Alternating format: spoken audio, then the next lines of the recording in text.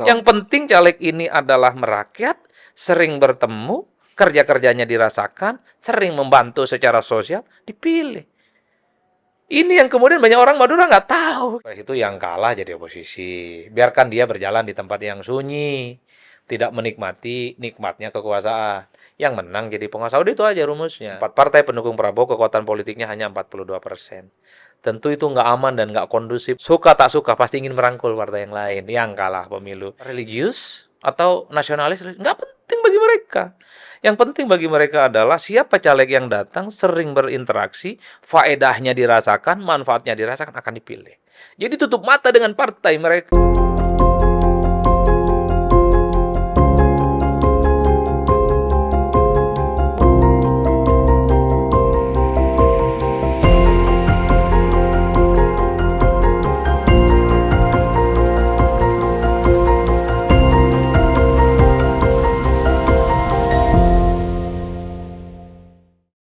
Salam Pancasila.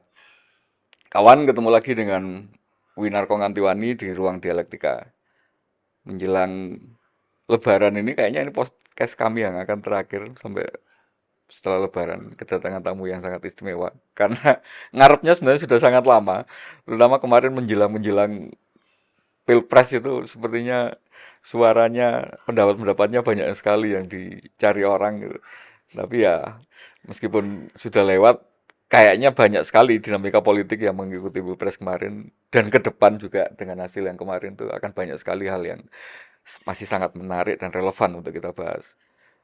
Tamu kita kali ini seorang pengamat politik, praktisi juga, saya pikir, karena juga punya lembaga survei sehingga kemungkinan bisa masih sedikit banyak mempengaruhi dinamika politik selain dari gagasan-gagasannya.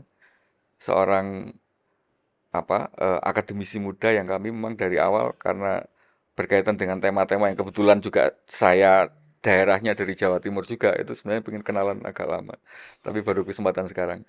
Tanpa banyak kata, kita perkenalkan Bung Adi Prayitno, seorang akademisi yang katanya pengamat politik dari Madura, Surabaya Timur gitu. Ya, iya, iya, iya. Orang Madura lah. Orang Madura gitu. Ada sekarang itu lagi ini di Jawa Timur itu ada stand up comedian namanya Fuad gitu. Hmm. Ada yang gimmicknya dia itu bikin Madura gitu. Ditanyain langsung Saya ada Madura. cerita kalau Surabaya bagian timur itu. Oh, gimana gimana? Jadi dulu waktu kuliah di kampus di UIN Hmm. Jakarta itu, kawan-kawan kita yang dari Madura ini agak sedikit inferior. Hmm. Merasa ya dari daerah yang terbelakang, tidak pernah diperhitungkan dan seterusnya. Jadi kalau ditanya di setiap Mengenalkannya iya, kalau ditanya di setiap event dan perjumpaan apapun dari mana, itu ya. Nggak ngomong dari Madura, tapi ngomongnya dari Surabaya Surabaya. bagian timur, tapi dialeknya Madura. Dari Surabaya bagian timur. Tapi kan Jadi daerah-daerah Surabaya yang agak ke utara timur itu kan memang banyak kalau Maduranya kan. memang Kenjeran, kenapa saya Banteng. kenapa saya ngomong bahwa saya ini Surabaya bagian timur? Hmm. Saya ingin kasih pesan ke Hmm. kawan-kawan kita yang dari Madura lah. Jangan pernah merasa inferior Hmm. atau tidak merasa bangga jadi orang Madura. Orang Betawi bangga dengan Betawi, orang Batak bangga dengan Batak, orang Jawa bangga dengan Jawa. Iya, iya, Yang iya, penting iya. kita ini tidak Benar itu. mengganggu orang lain. Udah itu aja judulnya. Pesannya tuh Madura Pride gitu ya. Ya kira-kira begitulah. Baik, baik, Asbabun baik. nuzulnya. Oke, masih di tone untuk kemudian kemarin belajar ada dua anomali yang mungkin saya ingin dapat dulu dari Bang Adi. Pertama, kenapa Gerindra sebagai partai pengusung pemenang itu nggak dapat kotel efek yang kemudian ada kemarin barusan informasi ini sebenarnya sudah agak lama beredar, tapi baru kemarin satu lembaga survei yang di salah satu forum Bung Toto bilang memang hasilnya apa bukan quick kan yang exit poll, Gerindra itu mestinya menang katanya. Dan itu lembaga-lembaga survei yang lain hampir sama, tapi nggak terpublish gitu. Tapi kemudian hasilnya penghitungan KPU Ternyata Gerindra di posisi nomor 3. Itu Saya penjelasannya nggak tahu. kira-kira gimana? Saya nggak tahu kalau soal exit poll yang menangkan Gerindra dan seterusnya itu ya. Mm. Itu kan tidak terkonfirmasi dalam arti Itu sesulit. waktu surveinya Bung nggak ini exit poll juga. Memang sempat naik secara signifikan, tapi setelah itu kan turun suaranya. Kembali seperti yang hasil real count ya. Oke. Nggak terlepas dari, ini kan penjelasan konspiratif kalau kayak gini. Oh, oke. Penjelasan konspiratif. Nah, konspiratif di mana-mana itu paling susah untuk dibuktikan. Cuman gini saja, kalau betul ini terjadi anomali ataupun paradoks lah istilahnya pada Gerindra, satu hal harus diakui, Gerindra itu hanya fokus untuk memenangkan Prabowo sebagai presiden. Jadi kawan-kawan Gerindra ini sepertinya cukup nyaman dan very Asalkan jadi confident gitu ya, asalkan bahwa menang gitu ya. mereka ini automatically akan mendapatkan faedah elektoral dari Pak Prabowo yang mendapatkan dukungan luar biasa. Hmm. Kalau Pak Prabowo naik signifikan elektabilitasnya menang Pilpres, Harapannya seakan-akan otomatis gitu. ini automatically membuat suara Gerindra itu naik secara signifikan. Dalam teorinya nggak ada. Secara teori nggak make sense memang. Pilpres ya Pilpres, Pileg ya Pileg. Satu yang ingin saya jelaskan. Kemenangan Prabowo atau keunggulan Prabowo dan Gibran ini kan harus diakui tidak terlepas dari limpahan suara yang dilakukan oleh Pak Jokowi. Jadi Pak Jokowi memigrasi, memindahkan basis-basis pemilihnya selama ini yang tersebar di banyak calon, terutama di kubunya Pak Ganjar, itu ke Prabowo Subianto.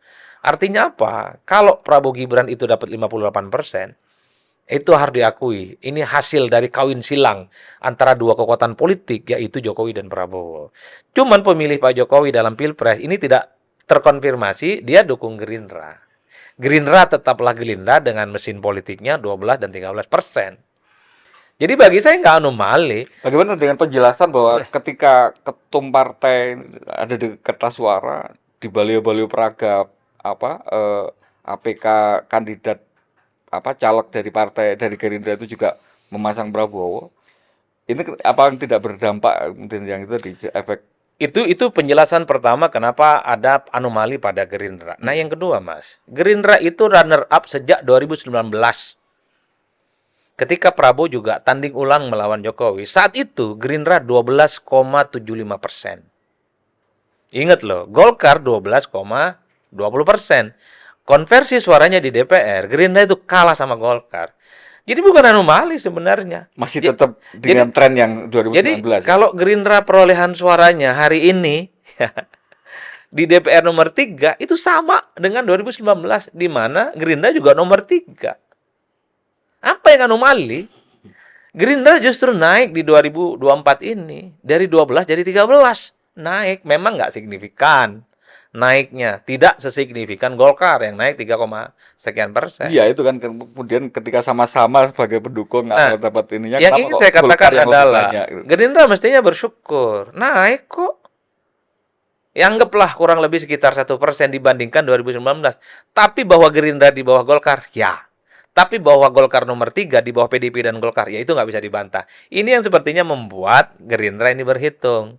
Oh iya ya, nomor 3 tapi Pilpres yang menang. Itulah yang kemudian memunculkan istilah anomali. Ingat loh, Gerindra naik, tapi belum mampu mengalahkan Golkar dan PDIP. Itu aja judulnya. Nah, yang kedua nih.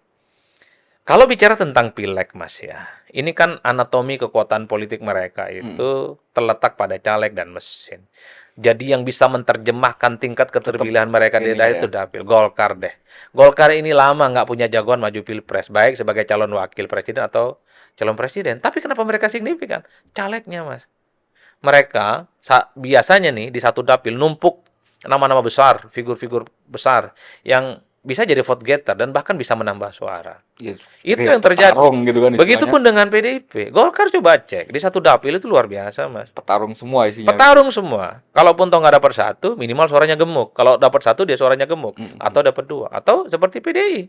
Di satu dapil PDI itu nama-nama besar. Basarah satu dapil dengan Krisdayanti. Itu nama besar dan nama top. Di Jakarta Pusat, Selatan dan Negeri itu ada nama besar tuh, ada Eriko, ada Masinton, ada Once, ada Pras, ketua DPRD PDIP, nama besar, cuma dapat satu kursi. Pertanyaannya adalah apakah Gerindra melakukan hal yang sama? Belum tentu. Jangan-jangan di satu dapil hanya satu yang kuat. Ya. Jangan-jangan partai lain di satu dapil nama satu kuat. Saya menduga kenapa PDIP itu kuat, Golkar itu kuat, karena mereka taruh orang-orang yang jadi caleg punya nama besar, petarung, Sehingga Sudah kalaupun toh nggak dapat 2 kursi di satu dapil, dia dapat satu. sudah Dan semua basisnya dapil sudah itu firm. terisi. Iya, iya, iya. Dan itu yang kemudian menjelaskan, sekalipun pilpresnya kalah PDIP masih kuat. Sekalipun Golkar nggak punya jagoan, dia naik secara signifikan, Mas. Nah ini yang sering kali orang lupa, bahwa elektabilitas di pilpres itu nggak bisa diwariskan di pileg, Mas. Nah, saya bicara tentang Golkar. Kenapa? Karena Golkar partai politik yang menurut saya tingkat elektabilitasnya naik secara signifikan. Saya membaca strategi pencalekan di Golkar itu, dia memajukan calon-calon kepala daerah yang mau maju di 2024. Calon kepala daerah adalah mereka yang sudah tak lagi jadi kepala daerah. Contoh Airin. Hmm, hmm. Airin mau maju di Banten. Maju dulu dia anggota dewan. Ya. Majulah dia di Banten. Suaranya masih terjaga gitu kan. Dan suara 3. Kemudian ada Ahmad Zaki Iskandar. Mau maju di DKI Jakarta. Ketua Golkar Jakarta. Maju dia. Jakarta Utara dan Jakarta Barat. Bareng sama Irun Aksa. Dapat itu 1 kursi. Jadi yang kayak gitu-gitu loh modalnya, Mbak. Jadi di lingkungan keluarga besar Golkar yang jadi pejabat publik. Entah jadi gubernur, bupati, dan wali kota. Disuruh maju. Ya, Sebagai tiket. karena mereka sudah punya basis, vote gathernya masih Artinya apa? Ini terjaga. semacam test case, semacam tiket awal bagi calon-calon kepala daerah ya dari partai tertentu, sebut saja Golkar, untuk maju. Kau jadi anggota dewan dulu, kerja politik dulu, uji materi dulu, kau terpilih atau tidak, kan itu Pak. Punya modal apa enggak gitu. Betul. Nah, problemnya adalah apakah partai yang lain melakukan itu seperti Gerindra atau yang lain yang dinilai tidak naik secara signifikan. Ini yang kemudian harus dirinci satu persatu. Jangan-jangan memang partai seperti Gerindra fokusnya yang menang pilpres, apapun judulnya pilpres menang, pilegnya pun mau nomor 2, nomor 3, nggak penting-penting menyelamatkan Prabowo sebagai presiden. Jangan-jangan begitu secara psikologi politik. Nah yang ketiga Mas, mumpung saya ingat, Prabowo itu kelihatan tidak terlampau mengkampanyekan Gerindra. Lihat kostumnya deh. Itu kostumnya ya, Iya, itu iya, lebih iya, iya. lebih umum, mewakili semua partai pengusungnya. Artinya apa? Bisa saja faedah elektoral Pak Prabowo itu netes ke Demokrat, netes ke Golkar, netes ke PAN, dan tidak Tergantung menyatu ke siapapun yang ini ya. iya, dan tidak menyatu ke Gerindra. Artinya ya. apa? Prabowo ini kalau dibelah wajahnya, badannya untuk pileg, dia banyak mengalir ke tempat yang lain. Iya, sepertinya memang mereka tidak kayak nggak jarang ya acara eksklusif yang itu besar yang kemudian itu hanya diusung partai Gerindra gitu untuk artinya merata gitu kan. Demokrat pernah dengan partai-partai yang lain pernah gitu. Nah, yang kedua, anomali yang kedua ini mungkin juga perlu disuluh. Pertama, 3 hari sebelum pemilu rame Bung Andi Wijayanto menyampaikan ada 3 Oh, iya. tantangan dari Jokowi. 2 tercapai, 1 tercapai. Tapi yang 2 ternyata gagal. Menurunkan suara apa? Saya lupa ya. Menurunkan suara PDIP. Kalau menurunkan berhasil ya karena suaranya Iya, turun. iya, Tapi kan tetap sebagai pemenang gitu. PSI yang nggak lolos. Meloloskan PSI ke Iya. Senayan. Nah, ini kenapa menurut analisa? Apa tidak efektifnya pesan atau upaya untuk meloloskan PSI ke Senayan ini dibandingkan dengan memenangkan paslon 2 1 putaran? Banyak faktor lah ya. Kalau menjelaskan kenapa PSI itu nggak lolos ke Senayan ya. Pertama tentu ini gagal mengakuisisi Jokowi jauh-jauh hari. Ini kan mengakuisisi Jokowi ini kan hanya jelang pemilu aja, jelang pileg. Kalau kemudian Jokowi diidentifikasi sebagai PSI sebelum ada daftar caleg tetap atau daftar caleg sementara, saya kira akan banyak orang mencalonkan diri dari PSI, Mas. Karena PSI adalah partainya Jokowi. Jokowi diamplifikasi sebagai PSI setelah ada DCT. Jadi orang sudah nyebar kemana-mana jadi calegnya. Dan lemah sekali komposisinya kan. Kalau Jokowi diamplifikasi dan diklaim menjadi PSI sebelum caleg itu didaftarkan ke KPU, saya yakin akan begitu banyak orang berbondong-bondong mau nyalek dari PSI karena magnetnya Jokowi, resource-nya Pak Jokowi, magnetnya cukup kuat. Yang diharapkan tentu akan memberikan faedah-faedah elektoral. Di situ saja udah gagal. Yang kedua, Mas, politik ini nggak bisa simsalabim ternyata. PSI ini kan mengamplifikasi Pak Jokowi kurang lebih sekitar 3 bulan. Billboard, baliho, atribut apapun dalam rentang 3 bulan itu dilakukan. Tapi itu nggak efektif dan nggak sukses, Mas. Artinya apa? Yang ingin saya katakan adalah pileg ini adalah pertarungan secara nyata head to head dengan ratusan orang di bawah untuk lolos ke parlemen atau tidak. PSI harus berhadapan dengan PDI, berhadapan dengan Golkar, berhadapan dengan Gerindra, berhadapan dengan Demokrat, PAN, PKS, P3 dan seterusnya. Jadi yang dilawan oleh PSI bukan 1 orang, tapi banyak calon dan punya nama besar semuanya. Kesan bahwa kemudian ini partainya anaknya Pak Jokowi yang kedua macam-macam itu ternyata nggak ngefek ketika petarungnya di lapangan tadi. Nggak otomatis. Artinya apa? Tuah Jokowi yang punya magnet kuat itu ampuh untuk pilpres. Di pileg tidak.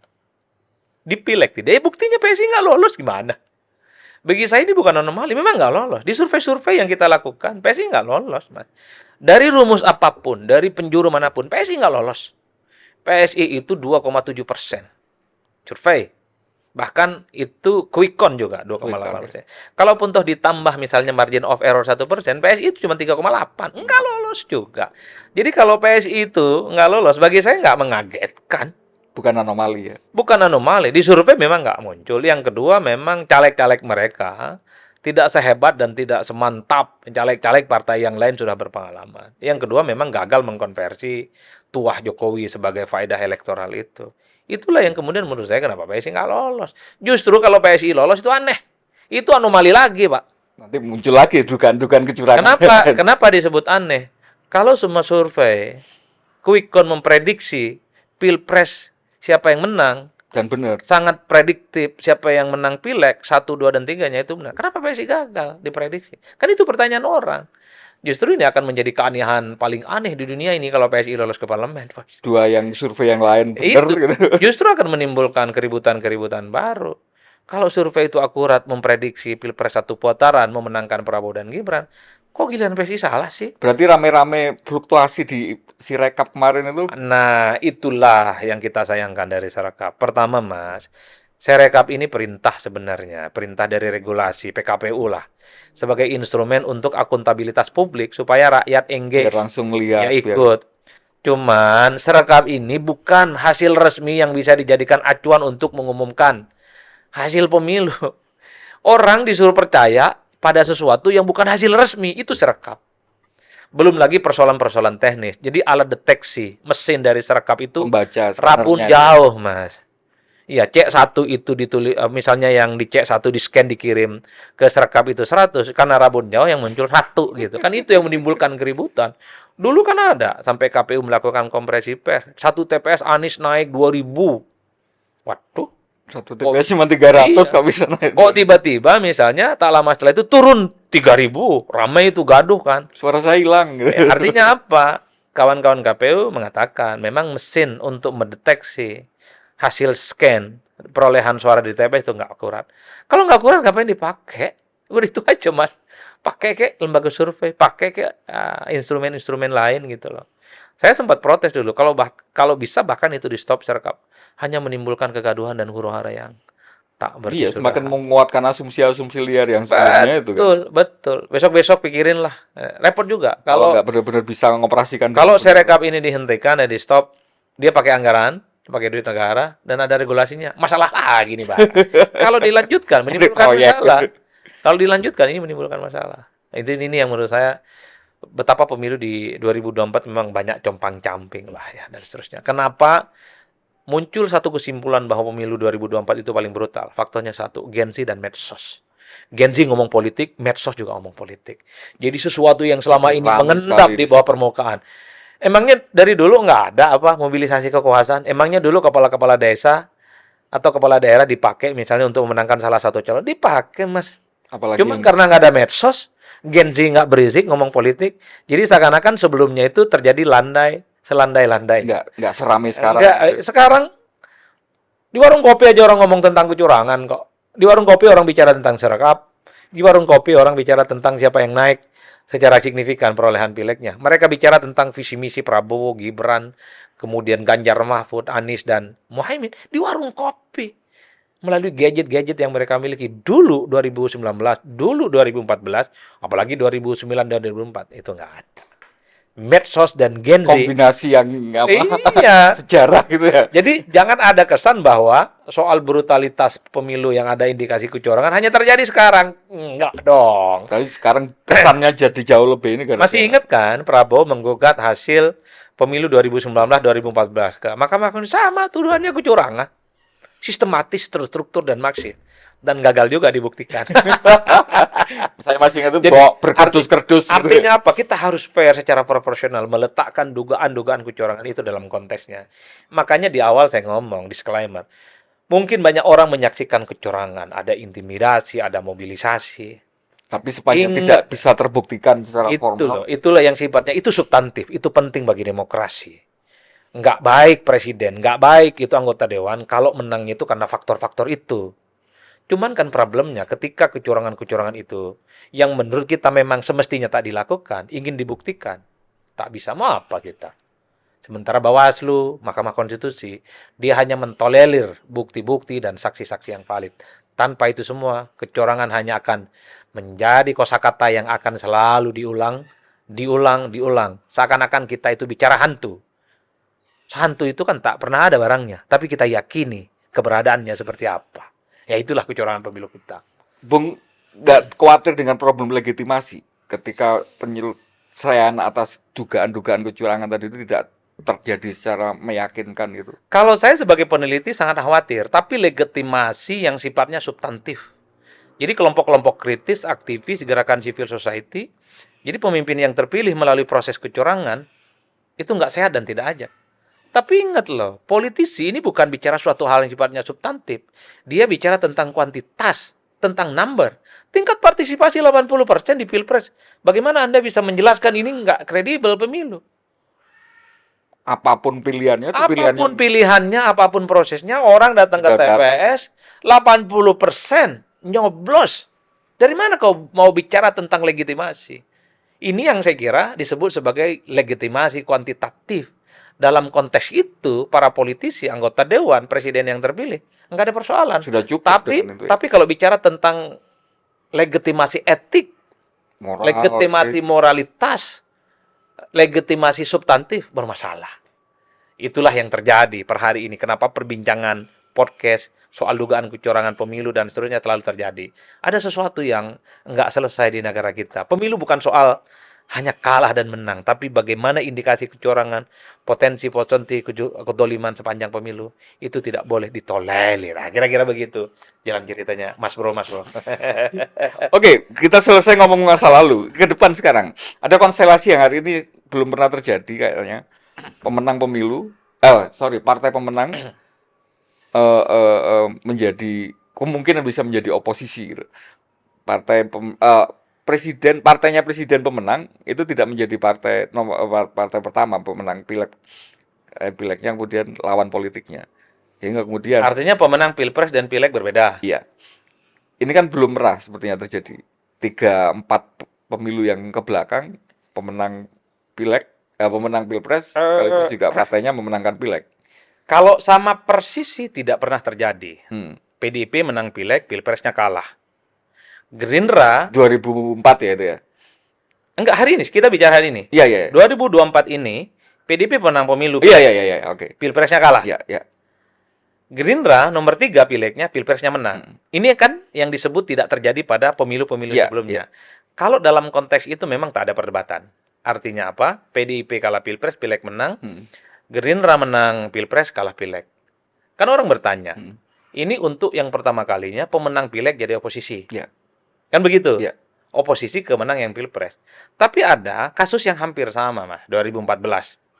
Jokowi jadi presiden dengan Pak JK.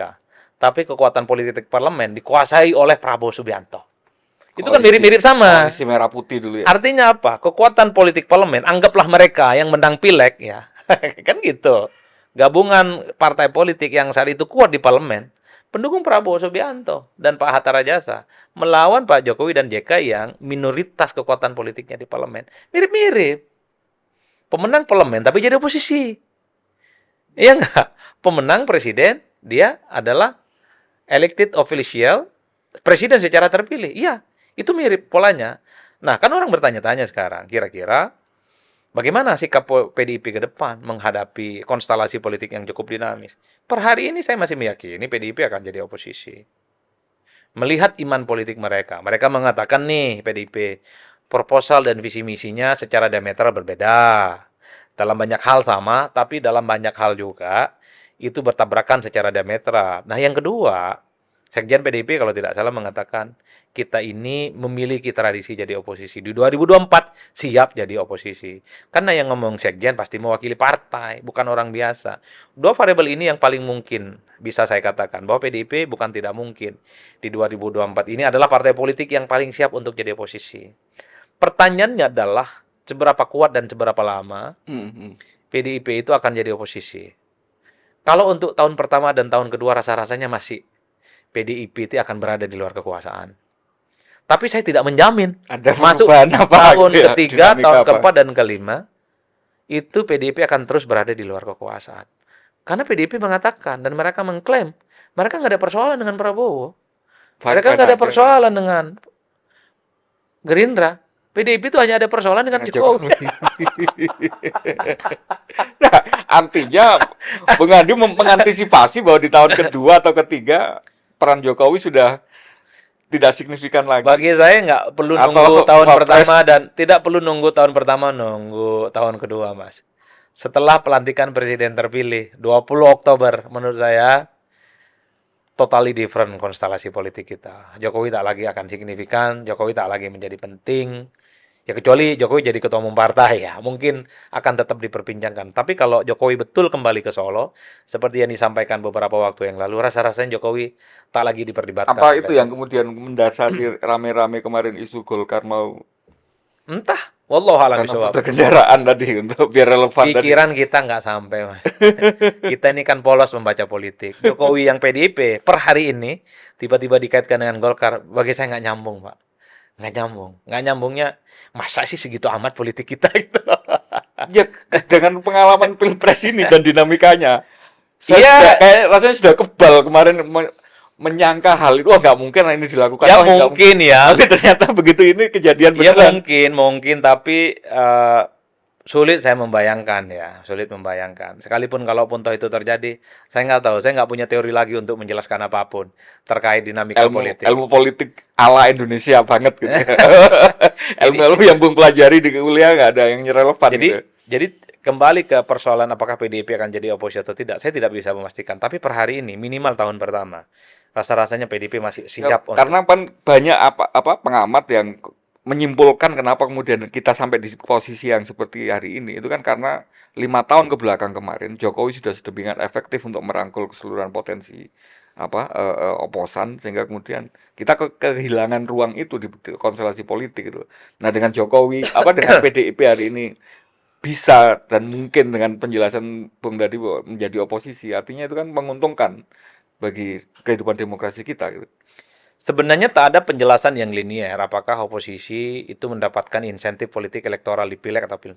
Sebenarnya tidak ada teori itu yang bisa menjelaskan, Mas ya. Secara inline. PKS dari dulu jadi oposisi nggak pernah menang tuh. Pilpres nggak pernah, pileg nggak pernah. Ya PDIP bisa begitu ya karena punya kader baik, punya struktur baik, dan kebetulan ada Jokowi yang diterima, yang dinilai sebagai antitesa dari Pak SBY. SBY yang militer, tentara, kepemimpinannya yang sangat energik gitu ya. Muncul antitesanya namanya Pak Jokowi yang sangat terhana, merakyat dan humble. Orang suka. Berkelindan dengan PDIP yang punya resource dan mesin politik dan Yang konsolidatif bawah dan sudah. menang. Ya. Kalau ada teori yang mengatakan oposisi itu bisa menghasilkan kemenangan dalam pemilu, mestinya PKS menang Pilpres dan Pileg, Pak. Tapi nggak terjadi. Yang ingin saya katakan adalah PDIP itu bukan PDIP yang kita kenal beberapa tahun silam lah, yang kalau kalah akan jadi oposisi. Saya membaca ada kecenderungan mungkin ya. Ini bagian dari metamorfosa politik di internal PDIP sepertinya. Bukan tidak mungkin akan menjadi bagian dari politiknya Pak Prabowo Subianto. Tapi itu tadi, kalau tahun pertama, tahun kedua masih sulit saya membayangkan. Bekas-bekas luka Pilpres ini masih Kalau terlalu. luka Pilpres sebenarnya hilang. Ini kan masih ada residu sebenarnya di mana hubungan Pak Jokowi dan Prabowo masih sepertinya membaik. Nah, yang kedua, PDIP ini kan partai yang menurut saya cukup lama dan paham betul bagaimana membaca konstelasi politik ke depan. Menjadi oposisi dengan gaya lama, sangat agresif gitu ya, kritis, kemudian mengkritik pemerintah secara terbuka, itu kontraproduktif di masa yang akan datang. Jadi pemilih muda kita yang saat ini 58%, 5 tahun yang akan datang itu bisa 60% lebih. 64 sampai 65%. Pemilih muda ini gila, Mas, dalam tanda kutip ya. Gila dalam arti mereka tuh nggak ngerti dengan romantisme, reformasi, udah nggak ngerti.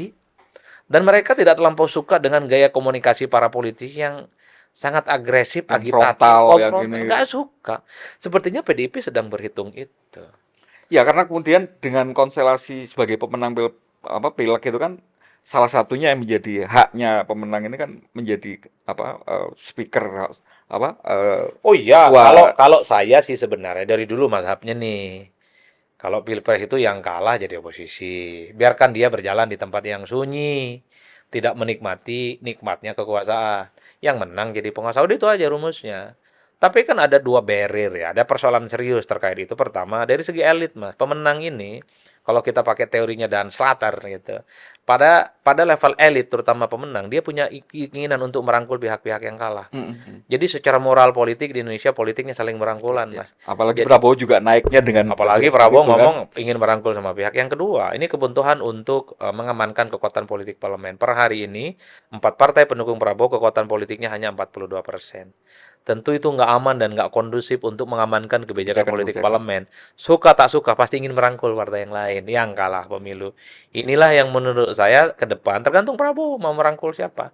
Rasa-rasanya Prabowo kalau ingin merangkul sama partai di luar parlemen per hari ini, yang Termasuk PDIP. ya, sangat mungkin. Loh, komunikasinya mereka mereka tidak ada soal. Tapi bagi saya kalau PDIP tahun pertama, tahun kedua masih wait and see dan memilih untuk berada di luar. Ngelihat bagaimana hubungan antara Prabowo Pertama, dan melihat Jokowi. hubungan Pak Jokowi dan Pak Prabowo sejauh mana bulan madu mereka, apakah berakhir di 20 Oktober ataukah berlanjut? Kalau masih mesra, rasa-rasanya sulit bagi PDIP masuk di dalam. Karena jarak psikologis dengan Jokowi rasa-rasanya agak sulit untuk dihilangkan. Yang kedua tentu membaca voting behavior. Saya kira PDIP ini adalah partai yang saya kira di-guidance dengan data-data. Kalau perilaku pemilih kita ke depan mayoritas tidak terlampau suka dengan oposisi dengan gaya yang cukup agresif, bukan tak mungkin. PDIP yang kita kenal beberapa waktu yang lalu agresif, agitatif, oposan di luar kekuasaan, itu bisa berubah secara total. Nah, itu namanya prediktif aja, Mas. Terakhir, Bung, saya mau ini kembali ke kampung halaman. Ada lagi yang menarik di pileg kemarin. Ada suara tertingginya itu diraih oleh caleg PDIP di dapilnya kampung halamannya Oh, Pak Said Abdullah ya? Pak Syed Abdullah. Kira-kira apa penjelasannya? Kenapa kemudian orang taunya orang awam Hmm. Madura basisnya kelompok-kelompok Muslim, partai-partai Muslim di sana juga kemungkinan akan. Tapi ini ada satu partai caleg dari partai yang merah gitu, kemudian mendapatkan suara tertinggi bahkan nasional gitu. Itu kira-kira penjelasannya seperti apa? Saya menjelaskan 3 hal. Nah, Pertama, Said Abdullah ini adalah politisi yang saya kira memiliki jam terbang, pengalaman politik di atas rata-rata yang lain. Jadi kalau kita breakdown semua caleg yang ada di semua partai, tak ada yang sekaliber Said Abdullah. Pak Said Abdullah ini lama jadi politisi, lama jadi anggota dewan. Jadi paham betul bagaimana melakukan penetrasi dan mendapatkan suara secara signifikan. incumbent ke 4 ya, 5 ya di sekarang. Ya, dibandingkan dengan yang lain lah. Pak Said ini malang melintang, punya nama besar, gitu ya. Jejaring politiknya cukup solid di berbagai kanal kehidupan. Dan tidak dimiliki oleh caleg-caleg yang saat ini juga lolos ke parlemen. Dibandingkan dengan yang lain, menurut saya, itu masih newcomer semua, Bang. Said ini tak tergantikan dalam konteks pileg, ya. Itu satu. Jadi ketokohannya memang diakui. Yang kedua, memang di Madura ini basis pemilih Muslim secara tradisional dan taat. Tapi itu identitas, bukan menjadi sebagai sebuah gerakan politik. Pilihan orang Madura itu sekuler sebenarnya. Dia itu tidak terlampau penting apakah dia Agama itu ini. berasal dari partai politik yang nasionalis, religius, atau nasionalis. Nggak penting bagi mereka. Yang penting bagi mereka adalah siapa caleg yang datang, sering berinteraksi, faedahnya dirasakan, manfaatnya dirasakan, akan dipilih. Jadi tutup mata dengan partai mereka. Makanya tak mengherankan suara Pak Said itu tinggi secara personal dibandingkan dengan suara partai. Itu artinya apa? Tingkat Keterikatan penerimaan terhadap Said Abdullah itu lebih kuat, lebih mengena, lebih adaptif dibandingkan dengan yang lain. Dibandingkan dengan partainya sekalipun. Itu yang saya sebut. Orang Madura ini memang Islam secara identitas dan secara sosial, tapi secara perilaku politik sekuler pragmatis gitu. dan bahkan pragmatis dan sangat nasionalis. Karena mereka ini menutup mata. Nggak penting bagi mereka caleg itu warnanya apa. So, Yang penting caleg ini adalah merakyat, sering bertemu, kerja-kerjanya dirasakan, sering membantu secara sosial, dipilih. Ini yang kemudian banyak orang Madura nggak tahu gitu. Saya kebetulan orang Madura, Pak. Jangan tanya bagaimana tingkat keimanan kita sampai Sidratul Muntaha, Pak. Tapi kalau bicara tentang pileg, nanti dulu. Karena banyak orang yang kelihatan soleh, kelihatan baik, keagamannya mantap. Kalau tidak pernah berkunjung, tidak pernah ngasih manfaat ke rakyat, pemilih kita kan pendek ceritanya. Udahlah, partai itu nggak penting. Yang paling penting adalah ada caleg yang datang dan berbuat baik, maka akan dipilih. Jadi kita layaklah mengutip satu pepatah Deng Xiaoping kalau tidak salah. Di Madura itu orang tak lagi berdebat kucing itu warnanya apa. Asal bisa nangkep tikus. Yang penting ambil. kucing itu nangkap tikus. Ini Pak Said di situ konteksnya. Partainya tidak terlampau diperhatikan secara signifikan.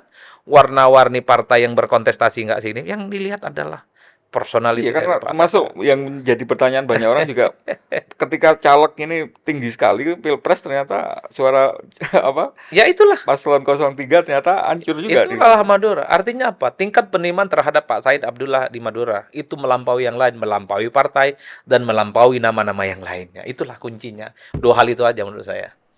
Gitu Mas Bro. Bung Adi, terima kasih banyak Ya. Jangan lupa atas suluhnya. pengamat Surabaya bagian timur. Saya nanti Sidoarjo ikut bisa ngelamar karena kan katanya kendala teknisnya kurang satu kabupaten kan. Karena Sidoarjo itu dianaktirikan juga oleh Surabaya. Saya mau ikut berjuang bergabung ke Pulau Madura. Bung Adi Praetno, sampai ketemu lagi di ruang Siap, dialektika berikutnya. siap, Jangan siap. kapok karena nanti masih banyak hal ke depan yang butuh suluh dari Bung Adi. Baik, pemirsa, ruang dialektika kali ini kami cukupkan. Sampai ketemu di ruang dialektika berikutnya. Salam Pancasila. Siap, siap.